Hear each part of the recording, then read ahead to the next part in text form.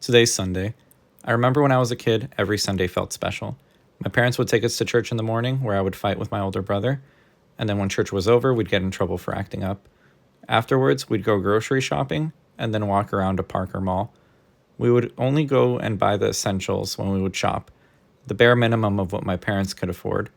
There were always things that I wanted, but I never got them. It didn't matter, though, because I still had fun being with my family. In those days, my dad was the breadwinner of the house, making around $600 a month as a construction worker. This being in 2004, I found his pay stubs in an old shoebox in our garage. My dad would always rent another room in the house to be able to make the rent. He'd offer the room for about $300 in those days, while our mortgage was $600. He was barely scraping by, and I never really knew the reality of how close we were always of not making the house payment. But the beauty of this is how my parents made it work for my siblings and I. I will always be eternally grateful for that. What was peculiar about those times was that I never realized how little we really had until I looked back and compared to where we are now.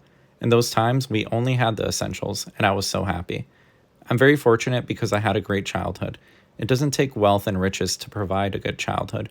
All it takes is loving parents who put their kids first. My mom was my example of making the most with what little we had.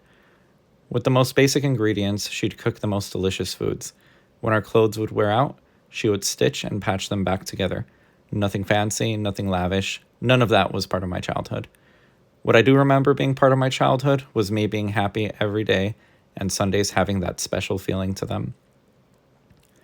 Today, for the first time in a long time, Sunday had that special feeling. Usually on Sundays, I'm hungover and recovering from a night of drinking. I usually waste this day just because it's Sunday.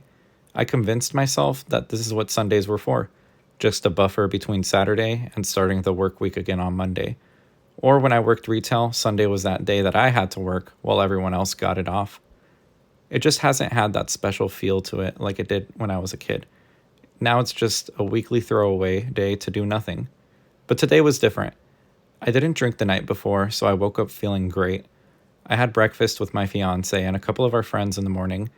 Then we went thrifting, and finally we went to a park to see a botanical garden. The weather was perfect. It was such a beautiful day. We had a wonderful time all together, and we didn't spend much money. Just the breakfast, plus a few pieces of clothing and the books that we thrifted. The garden itself was free. When we got back, I cleaned my room and I organized my books, and I reflected on the day. I'm grateful to be surrounded by people who enjoy my company, and I am blessed for every moment I get to spend with them. I'm grateful for today for bringing me that same childhood wonder and that feeling that I haven't felt in years. I know I don't need much to be happy, and it's easy to get hung up on what we don't have.